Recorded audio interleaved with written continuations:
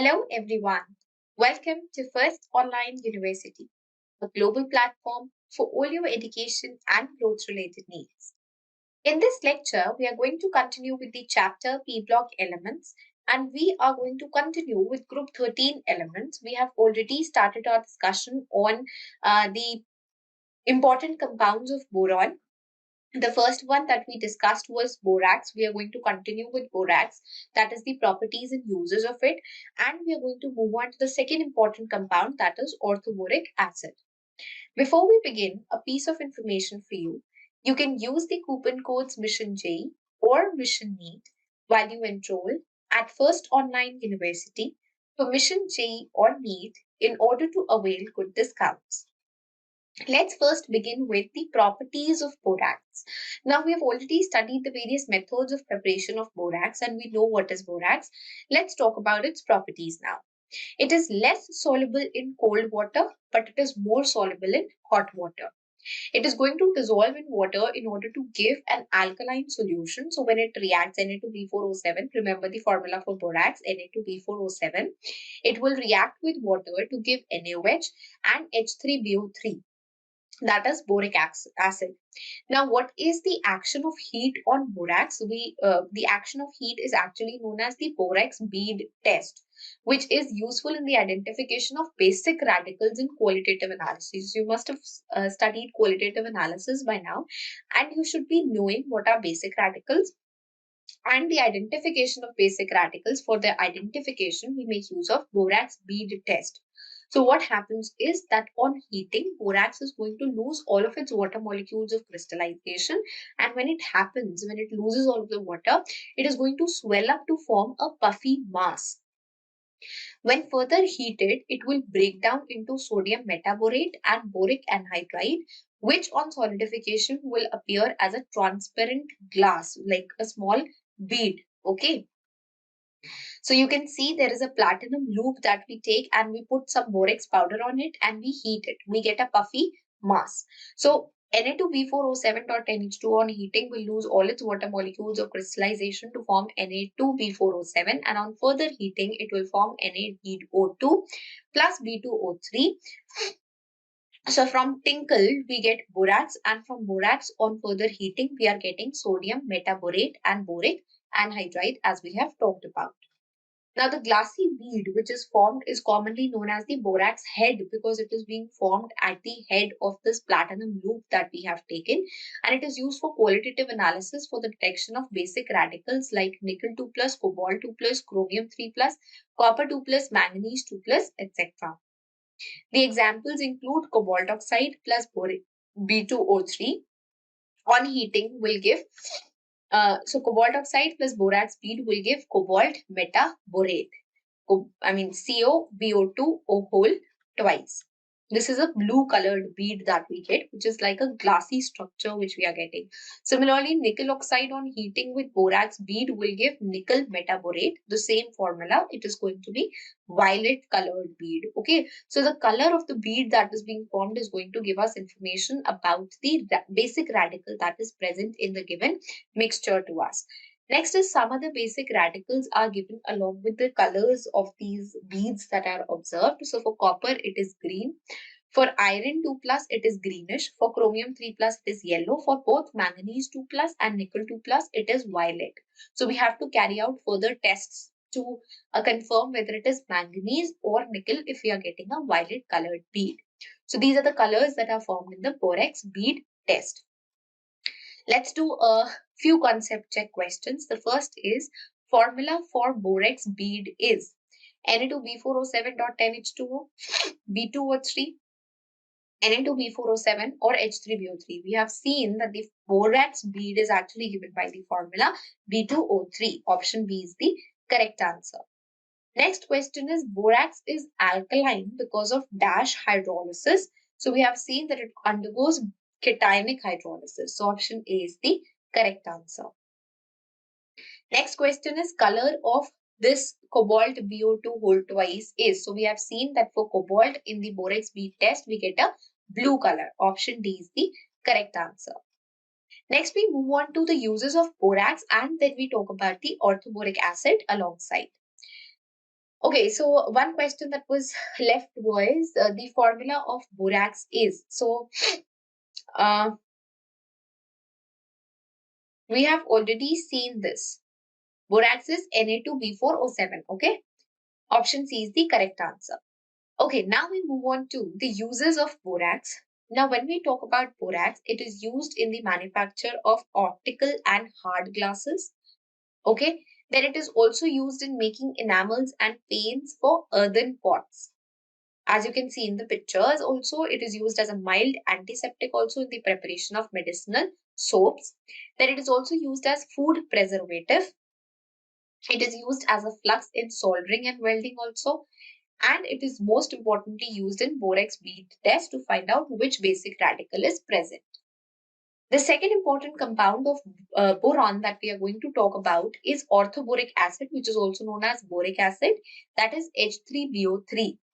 It's a white crystalline solid. So if we talk about the physical properties, it's a white crystalline solid and you are going to feel a very soapy substance in your hand if you actually hold orthoboric acid. So you can see it's a white colored solid which is crystalline in nature. That is, it is not a completely amorphous powdery form, but small crystals is what you can see, just like sugar crystals. Okay. It is sparingly soluble in cold water, but it is highly soluble in hot water. It can be prepared. How do we prepare boric acid? By acidifying an aqueous solution of borax. So Na2B4O7, that is borax. When we reacted with water and HCl, that is aqueous solution of borax. On heating, we get H3BO3, that is boric acid, and NaCl is going to be obtained here. So 4 moles of borax is what we, 4 moles of boric acid is what we get from 1 mole of aqueous solution of borax.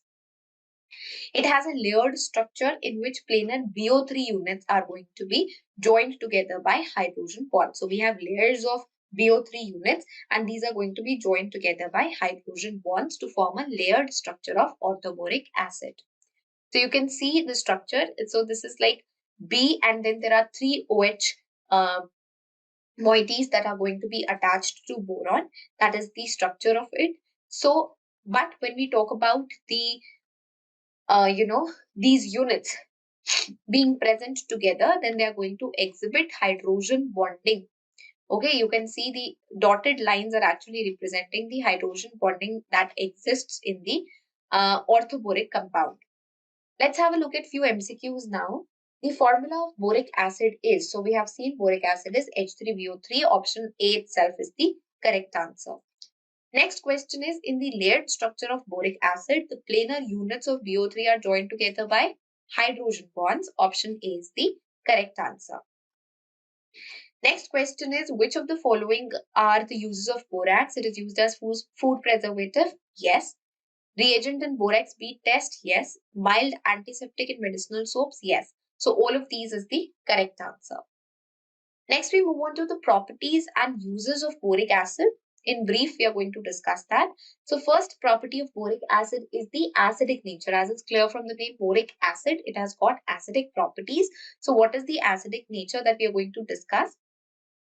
It is a weak monobasic acid. Monobasic acid means it is going to be reacting with or it is going to release just 1 mole of H plus ions. And that too, it is a weak acid.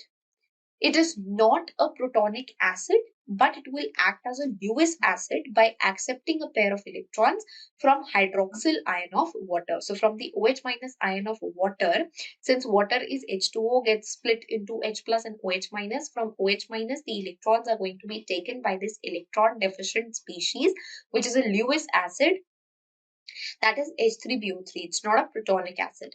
So BOH whole thrice on reaction with water will form BOH whole 4 minus and H3O plus. Then on when we talk about the action of heat on boric acid, it will when we heat above 370 Kelvin, we will get metaboric acid, that is HbO2. And on further heating HbO2, we get boric oxide, that is B2O3.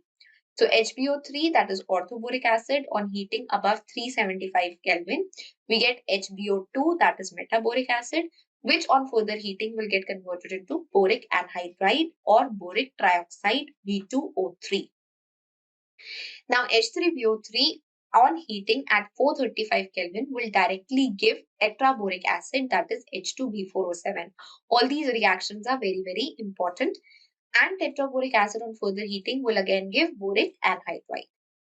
Now, what are the uses of boric acid? It is used in the manufacturing of heat resistant glasses, also in the manufacture of enamels and glazes in pottery, as you can see in the picture.